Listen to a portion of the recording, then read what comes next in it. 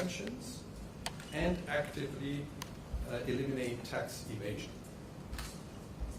Discussions are ongoing, and the authorities are continuing to make progress on their plans for revenue mobilization targets, anti-corruption efforts, and other important structural reforms. Let me conclude by thanking the authorities for the excellent collaboration during the mission.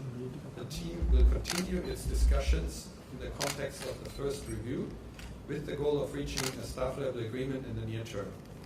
We reiterate our commitment to providing support to Sri Lanka during this challenging time.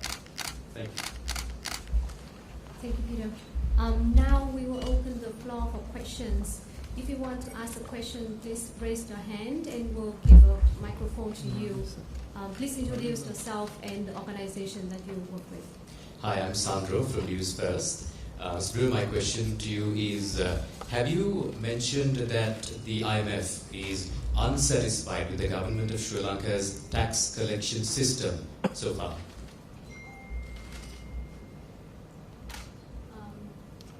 More questions, please. Yes, Naila Slim, Swedish Radio here. I would like to hear your opinion about the work done to secure the situation for the most poor. That was one of the conditions of the IMF, but it seems like people are having a very tough time still. I think we'll get one more question. Marwan? Yeah, Marwan Mark of 𝗙𝗲𝗄𝗪𝗂. Peter, you make references to this board review subject to adequate progress on finance reviews. This means bilateral discussions with external creditors. The president is due to go to China next month, hopefully to win Chinese support for debt restructuring. What if these delays continue, and how would that delay impact Sri Lanka's economic recovery? Thank you. I think we'll take this first batch.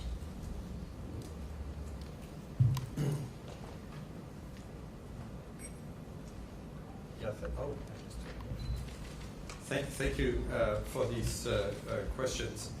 So, as I mentioned, and as we mentioned in the press release, tax collection is a concern in Sri Lanka. It's an important pillar of the program because it's important to sustain the essential expenditures of the government. The government provides important services, education, health, infrastructure, support for the poor and vulnerable, and these expenditures need to be sustained with an appropriate amount of revenues.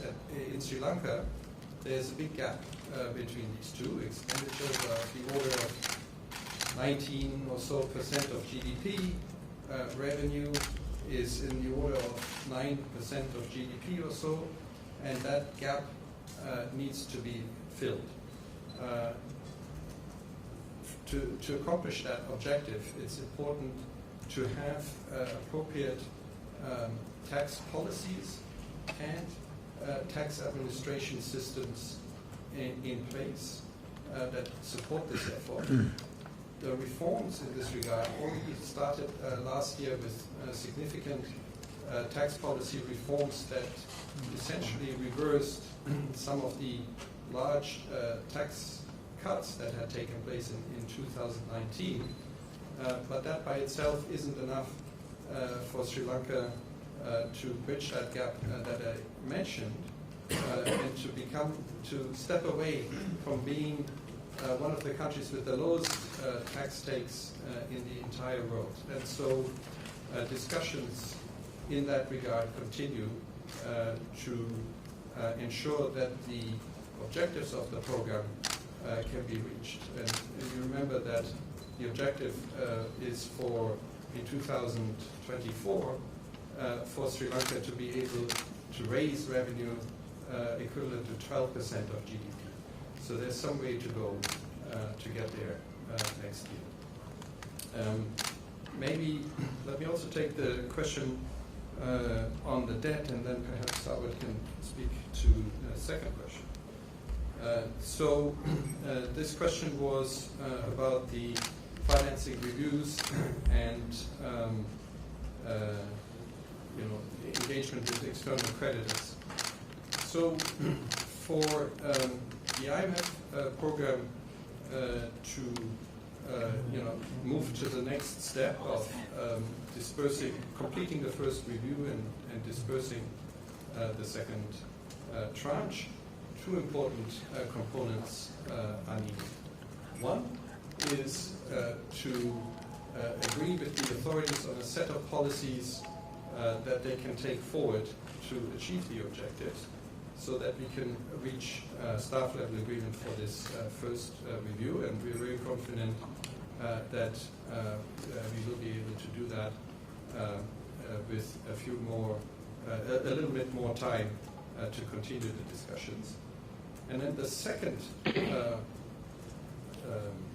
leg that needs to be completed is the discussions on the debt. Essentially, what we need is a clear path towards restoring debt sustainability. For the IMF to be able to go ahead, it needs to convince itself that debt sustainability can be restored, and to do that,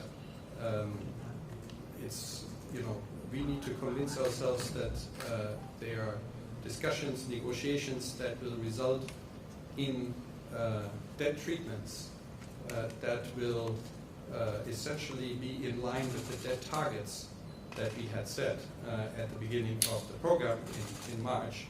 When these debt targets can be reached, that is when we assess that debt sustainability can be restored. And so we need to convince ourselves of the path to that direction.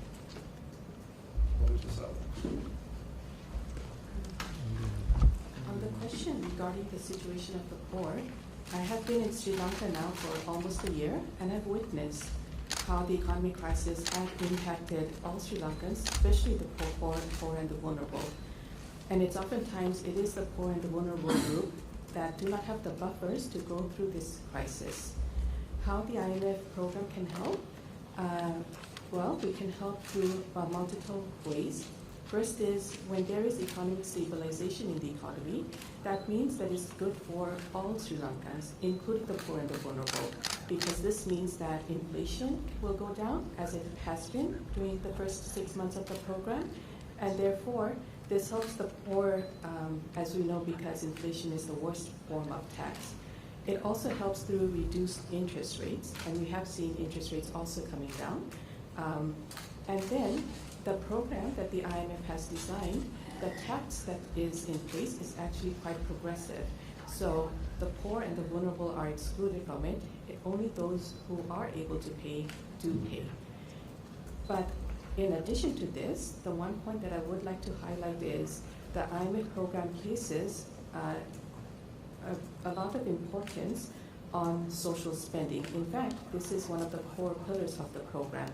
Under the program for 2023, we had discussed with the authorities to have a spending floor on 4 major cash transfers, which would be about 187 billion rupees, or equivalent to 0.6% of GDP.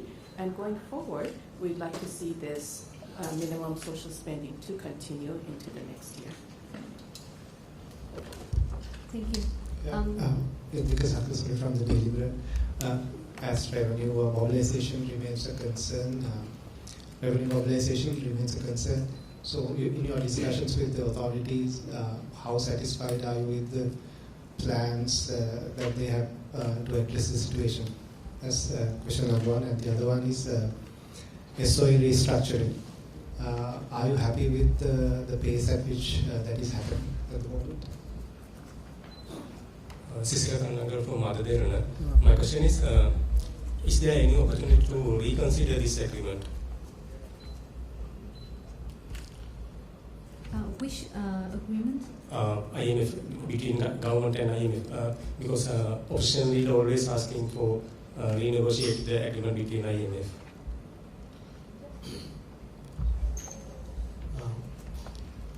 One more question. 𝗙𝗲𝗟𝗟𝗢𝗪 is from Academics. The government has already announced its DDO, domestic debt optimization. What is the progress on that? And what is the plan for the IMF to implement that? One more question. 𝗙𝗲𝗟𝗟𝗢𝗪 is from Academics. The government has already announced its DDO, domestic debt optimization. Are you satisfied with it, and do you think EPF alone is enough, or do you think they need to go for banking sector as well in the DDO? That's my first question. Second question, when is likely to the second tranche be disbursed if everything goes well?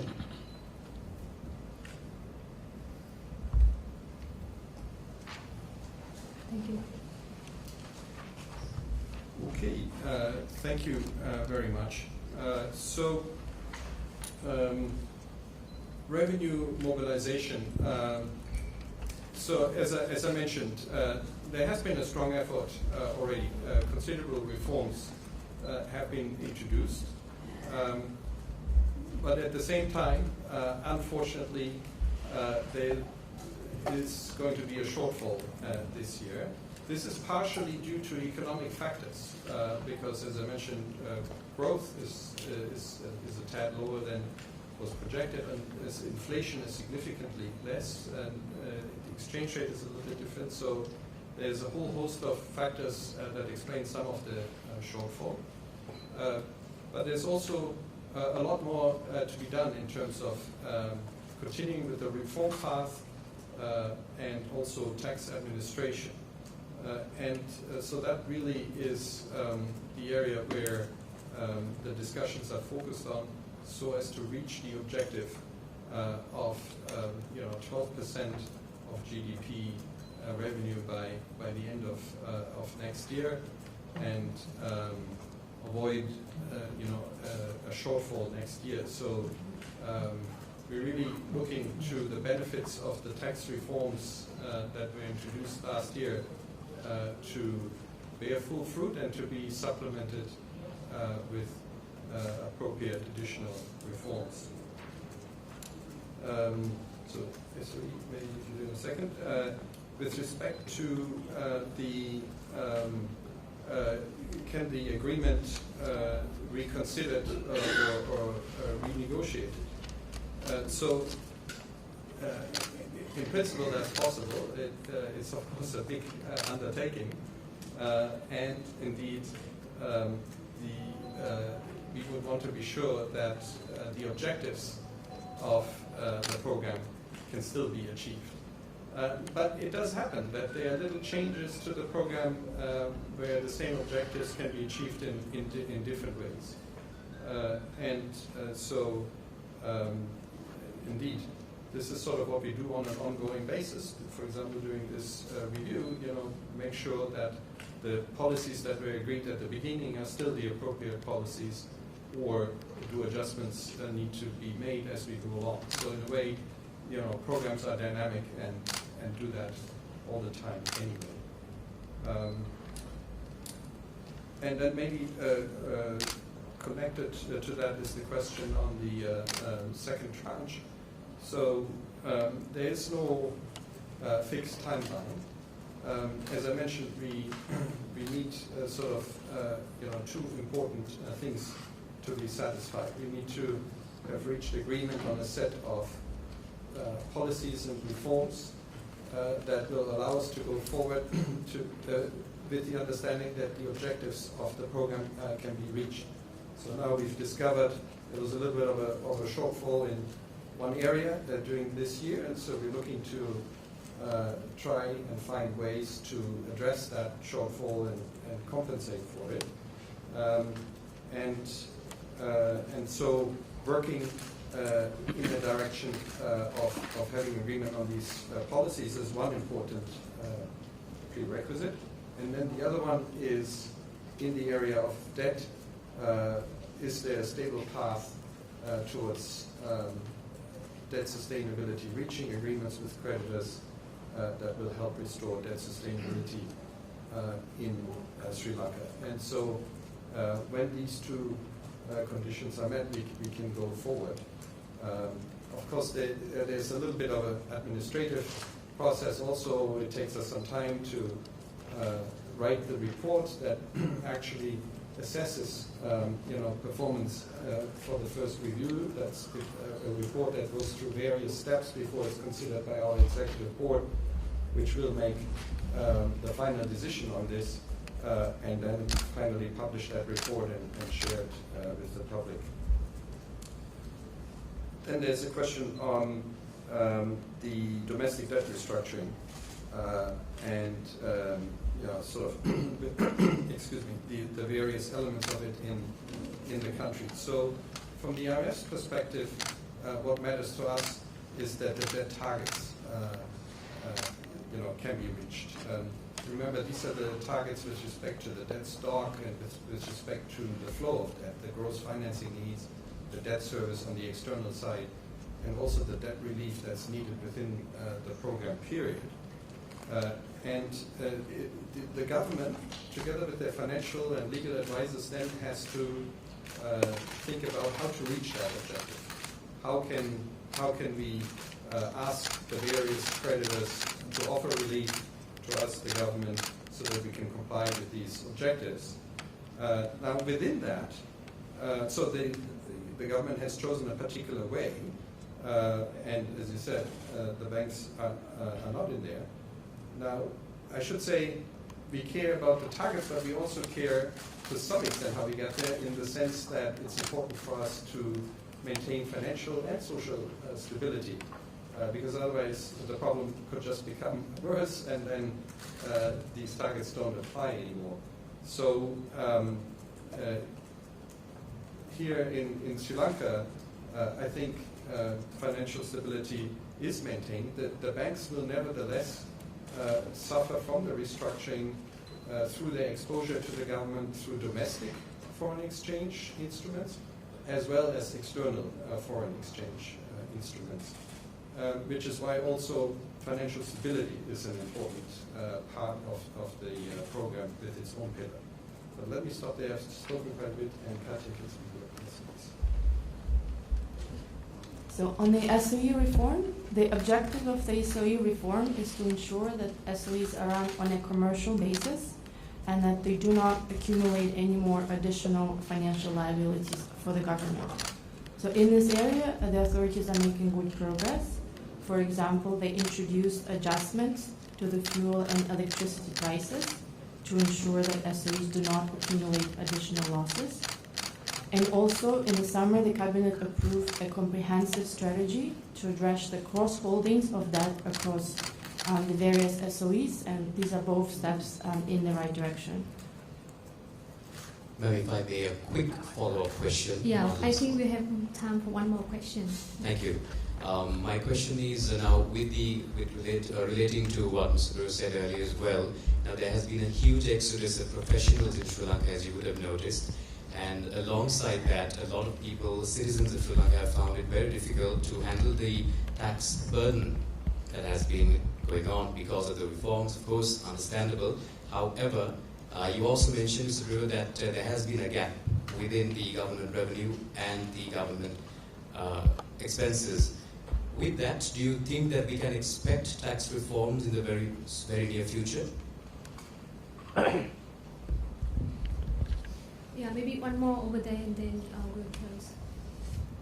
Mr. Guru, can you explain to us what exactly do you mean by progress on this external debt? Has Paris Club and China, everybody got to give some undertaking, or is it partially of what, and the volume private business also there? What is the progress that is needed before the what is the exact progress that you think should be made on the external debt front? Is it Paris Club only? Is China needed? Is the private creditors also needed? Do you have to finalize it, or is it some interim thing that you have to do? What do you have to do? Thank you.